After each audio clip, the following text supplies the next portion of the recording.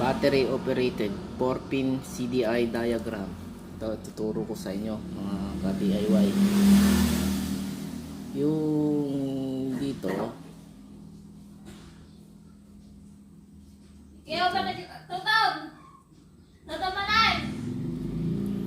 yan ay pulser.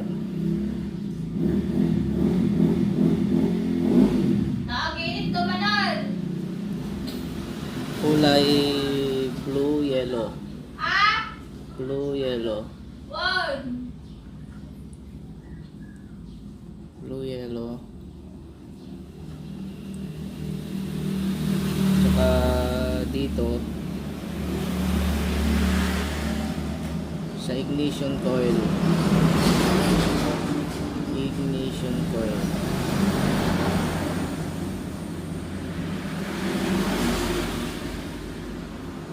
Ang kulay naman nito ay black yellow. Black yellow.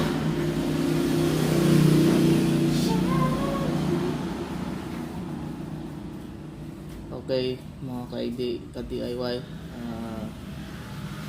dito body ground kulay green.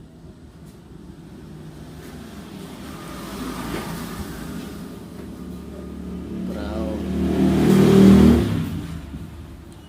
Sa mga Suzuki Rider J, ito ang kulay nito, black white. Black white.